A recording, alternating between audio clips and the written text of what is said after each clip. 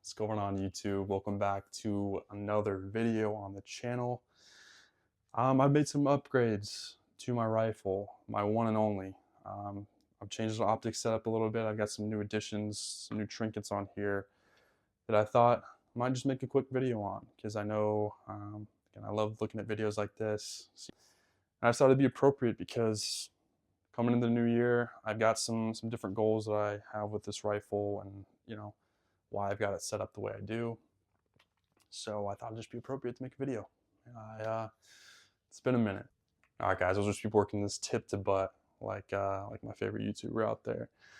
Got the suppressor wrap from Box Cutter Gear Co. And this is the K footprint, so it fits my Polonium K like a glove. Got the outer layer, which is like Cordura fabric with that liner that does a really great job of mitigating heat. And they also sell on their website what's called the suppressor shield, I believe, the shield. It's kind of a slip over design where you just slip it over and then you attach the fabric outside to your can with that shock cord.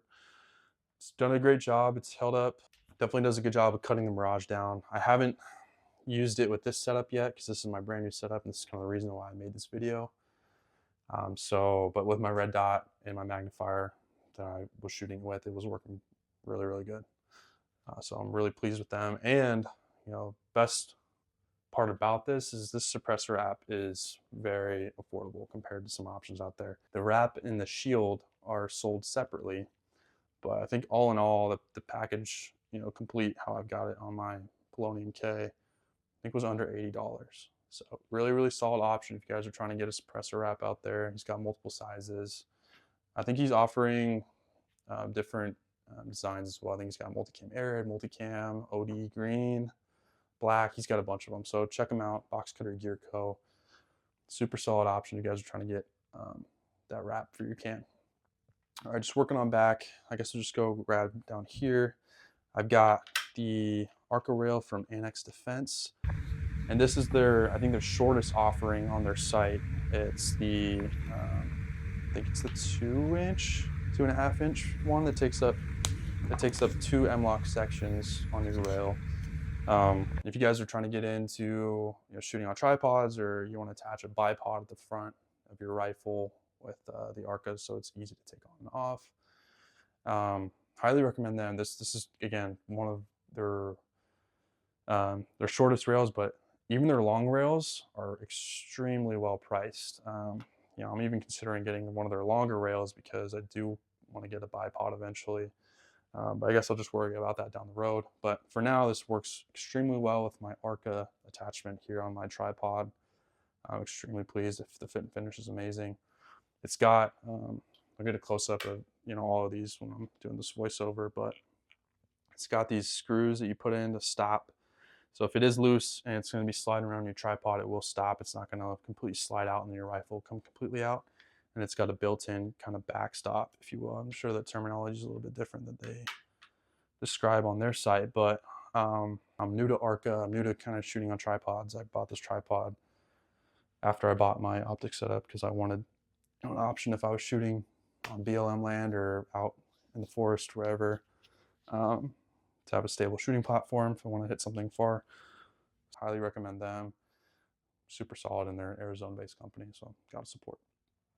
All right, kind of the main focus of why I wanted to make this video was just my optic setup. If you guys can recall, or you're new to the channel, I was running this Helos 515 with on a Unity mount with the Unity flip to center and Aimpoint 3XC. And I had nothing against that setup at all. Super solid setup. It did exactly what I needed it to do. But I was yearning for something more. I wanted some more range, something that had a little more capability for what I wanted to do. I do use this rifle for hunting, depending on the game. It's just a super solid rifle. I've got good accuracy out of it with, some good ammo, some top-notch ammo. And, when I was taking my shot on my Javelina, my magnifier and, red dot just weren't doing it. So I wanted something, with a little more capability. And I've been really doing some research into long range And I'm not saying this setup is necessarily long range, but I guess it's kind of my first steps in the long range, if you will. I just want to learn more about scope carbines and that sort of thing. So this was an affordable option for me. So I am running the Athlon Helos 2-12 by 42. This optic is very well priced, I think, for the magnification and the glass you're getting. I'm not saying this is top-notch glass. I really don't have a lot of experience with top-notch glass. I mean, it's priced at where it's at for a reason. It's not like you're gonna get, Night Force or, Schmidt Bender glass. You're not gonna get crazy quality glass out of an option that's $500, but it works for what I need and the price point that I was shopping at. So that's why I pulled the trigger on this. And the reticle, I think, is very solid as well. It's got the pretty well defined Christmas tree reticle. Again, I'll put in the video of what it looks like if you guys don't know already. It's got your wind holds and your drop and everything like that. I've heard some complaints online about the size of the center dot. I think it's a 1 MOA dot when you've got that full thing dialed, and some people wanted that more refined. And again, I haven't gotten this out to zero yet or anything like that. This is extremely new setup for me. But just looking at it, it's defined, it's well, but I could see where people say I want it smaller just so it's a more defined aiming point.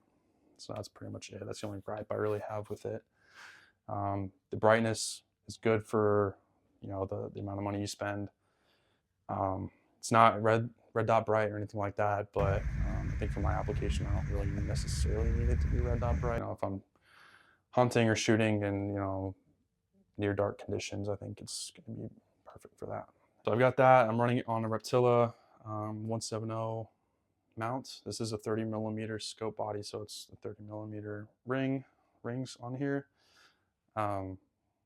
Super solid. And then I do have the Reptilia ROF with the 515 on it. So that's the other sort of gripe that I've got with this scope. This is me nitpicking. This isn't something that's like, I hate this scope. The turrets, the top turret in particular, is ginormous. It's super tall. So I was really wanting to find an option that I could run a 12 o'clock top dot. And I was either split between just running my 515, which would, I wouldn't be spending a crazy amount of money out the door because I've already got the optic, it's already paid for. I wouldn't have to go out there and buy a different red dot. Or I was thinking about pulling off my 407C off of my Walther that I've got and running that.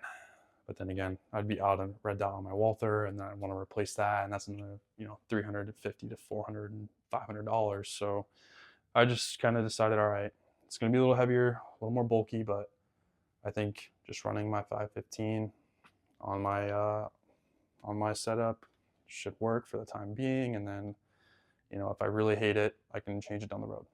So I'm running that on the ROF, but with the top turret issue, I can't run a dot 12 o'clock because this thing is extremely tall, and without putting a ridiculous amount of risers in between the ROF and my dot, I'd be looking at probably like a 4-inch center line on my dot when I'm looking through it, and that's just a little too tall, just a little. So I just decided, all right, I'll run it kind of 45-degree canted. That's kind of the reason why Reptilia created this, was just so you could run, a T2 style red dot or whatever cant you wanted to.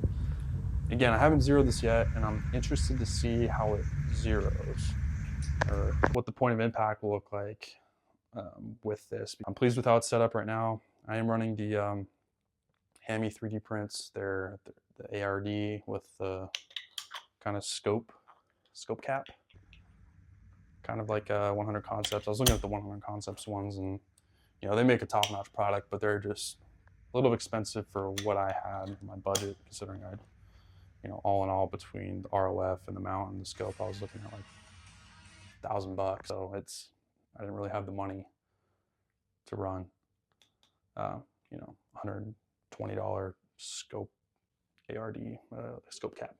So I bought this for like $30. been pleased with it so far. It doesn't really impede my the glass at all. Like, it's not like I see the kind of hexagon or the pattern through the glass, and it impedes my the target at all. So I'm pleased with this, and it's affordable, so check them out too. Other than that, this is pretty much the same rifle, other than the new scope and the wrap on here. Oh, I did add a HRF Concepts magwell for the M4E1 lower. This is nice as well. It makes those reloads a lot more smooth. I know the M4E1 already had kind of that built-in magwell, but this just makes it like a funnel, and it's pretty solid for reloads. So other than that, guys, pretty much the same. I will say this rifle it's not the lightest, obviously. It's not going to be a super light rifle, but it's not the heaviest rifle either. Like, just messing around with it, you know, fucking LARPing around in my house like an idiot. I didn't feel extremely fatigued like carrying it around. I was just kind of, even on 2x, on the lowest magnification for this scope, I honestly feel like I could make shots with both eyes open. If the illumination was on, I feel like I could absolutely make some decent shots with this thing at 2x. Now, would I? Maybe not, if I maybe train enough and I get used to it. That's why I've got the red dots, just so up close targets, I can just find that dot super easy and take some shots. But yeah, I really enjoy, I wouldn't say enjoy, because I haven't shot this yet with the setup on, but so far, first impressions, super positive. I think the Athlon is a really great option. Really didn't know much about them before I started doing my research to see what kind of scope I wanted. So if you guys are on a budget and looking into scopes, highly recommend check them out. Again, do your research, because everyone has different applications for things. Don't run your rifle like your favorite influencer.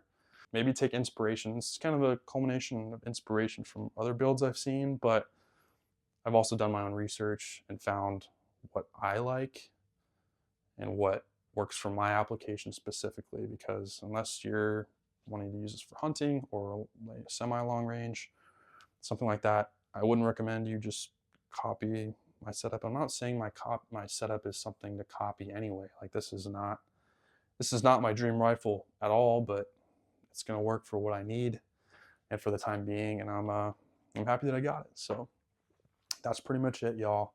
I appreciate you tuning in. Like and subscribe if you like. Leave a comment. Let me know what your setups are looking like, and if you'd run a setup like this, or you think I'm a dumbass for running a scope this large on a 14.5 or whatever. Leave me some feedback. I'd like to hear what you guys think. But yeah, guys, I appreciate you tuning in. Have a blessed one.